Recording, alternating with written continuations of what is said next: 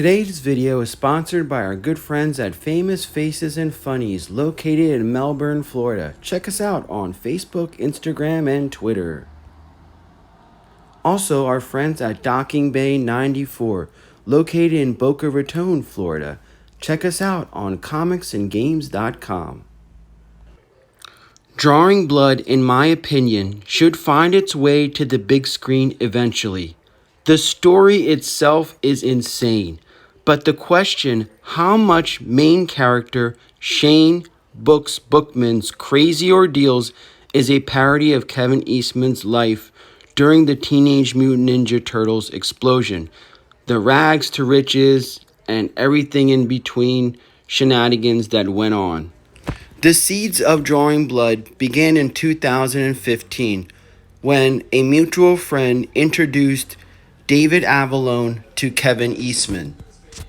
Eastman had this idea of a comic book creator facing personal crisis, with a biography similar to Kevin, but not exactly.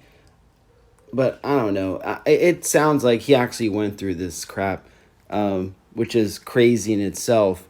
But it was Avallone that kind of constructed and harnessed his ideas and suggested that it be first put out on comic book form with, how things are nowadays. These movie companies will pick it up and turn this into a movie. Now, recently, with the Toys That Made Us episode featuring the Turtles, I don't know if people saw that underlying, like how the wedge was driven between Eastman and Laird, and how they're trying to repatch that relationship, and that kind of how everything transpired where, the Turtles are not his anymore, and him wrestling with that his creation is with somebody else. Ironically, this is something George Lucas is going through, and I kind of find it weird that he didn't reach out to Eastman and Laird prior to selling it to Disney.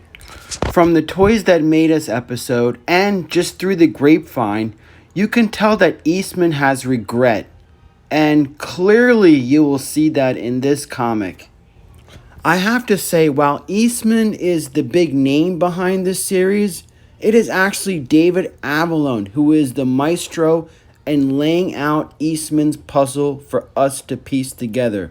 Friends of the channel are all too familiar with the epic work David Avallone has done so far with Elvira and Betty Page.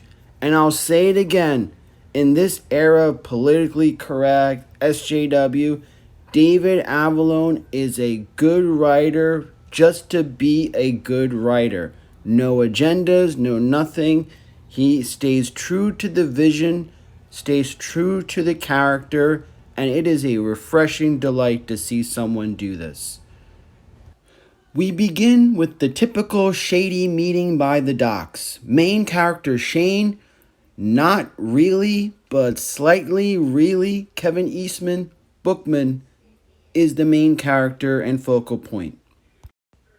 While waiting, he snorts lines of cocaine with his best friend Nigel Boswell. I love the first few sentences. It says that, "You've already judged me. That's cool. I deserve it. I'm sure of that." Talk about mixing fire and gasoline. After doing the lines, Nigel pulls out 2 pistols. Suddenly, Lithuanian gangsters show up. They are headed by a man named Spyro. Spyro and Shane make small talk, and then he notices Nigel and begins to insult him. Suddenly, Nigel loses his cool and opens fire. Nothing went down yet. I mean, they were just talking, and he just flew off the handle. And now you see them shooting the crap. Nigel gets hit several times, and at this point, Shane reveals that he's a cartoonist. We flash back to 3 months ago. Shane is hooking up with his ex-wife, who apparently is a porn star. Shane is trying to put together a legitimate theatrical production. His wife His ex-wife pitches for the lead role, and Shane is struggling to tell her there's no way in hell he's going to cast a porn star in a legitimate production because the critics would tear him a new asshole. And all of a sudden, his assistant knocks and tell him that Frank is dead. So who is Frank? Frank Forrest is a fictitious character, kind of like what a Stan Lee or Todd McFarlane, if we as fans met them in a Comic Con. And he's kind of like telling Shane, like, hey, you have the talent, and this life that I lead isn't as glorious as people think. It actually freaking sucks being a legend in the comic industry because people are pulling at you, and you're really just fucked. And that's not like what an aspiring little kid wants to hear. But also notice the artwork. It is so vintage Teenage Mutant Ninja Turtles from Eastman and Laird back in the day.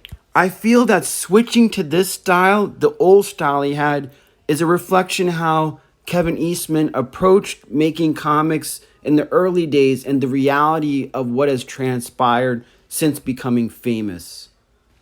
We discover that in the future, Shane and Frank form a publishing company called Siberia Arts.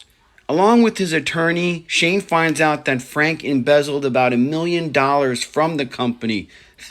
Something that Shane was planning to do to support his movie. Shane, along with his brother Paul, created radically rearranged Ronin ragdolls. And it's kind of funny because back in the day, everyone was parodying Teenage Mutant Ninja Turtles. So it's kind of funny that the creator of Teenage Mutant Ninja Turtles is creating a parody of his own work. Anyway, Paul is the sweet voice of reason to Sean's shady undertakings. To me, he is Laird, and it's pretty obvious. They begin talking about Frank, how he was such a great artist, but such a lousy businessman. And Paul's like, everyone could see this. It was apparent. The problem is you're an optimist, not a realist. And this is a world we live in. Paul even goes to far as warn his little brother, like, the business is doing the same thing that it did to Frank. It's going to do to you. Cut all this bullshit out and go back to your love, your characters. But there's a problem. He sold the rights to Ragdolls. Let me clarify. He sold his rights to Ragdolls. So as he's beginning to draw in, I guess kind of like in a dream state, he's drawing out one of the characters to Ragdolls. When it comes to life, in his crazy daydream, and starts attacking him, saying that you sold us out, you betrayed us, and starts beating the crap out of him. This guy gets beat up everywhere he goes. He kind of wakes up from this dream saying that he can't do this alone, meaning that he can't get back to the person he once was. He needs help, and this is kind of like a cry for help. So we jump to him leaving and going to the theater to check on his production. While en route, he's jumped by another set of thugs that he has no idea who the hell they are. He tries to outrun them, but he's not much of an athlete. He's a cartoonist, for God's sakes. So they catch up to him and beat the crap out of him. He finds out that Frank took out $2 million and he owes these guys. So they're like, all right, since Frank is dead, we're collecting the debt from you since you're his partner. And he's like, oh shit. So now, besides what Frank took, these guys want $2 million. So now we're up to $3 million that this dude owes to people. And he is just shit out of luck. So that's a recap of issue 1. The issue goes, I think we're right now, currently, as of November, we're on issue number 4. At the same time, Eastman is actually releasing radically rearranged Ragdoll. So a comic within the comic. That's a stroke of genius. And I love it. I got to get that issue. So I'm looking forward to picking that up. I highly recommend this book. It just shows like You hear about the life of McFarlane, Jim Lee, all these rock stars. But when you're a nerd comic book, cartoonist, what happens when you're suddenly rich? You get involved like in all kinds of crazy stuff. It's believable. I mean, shit, if I became famous, I'd probably turn into Ozzy Osbourne and go crazy. So you never know unless you're in those situations what happens. That's why I find this book so interesting because all those temptations are suddenly there. And what happens? You could easily go off and go on the wrong track. So do yourself a favor and pick up this book and start catching up. I totally see this being turned into something. So, that's something to look forward to.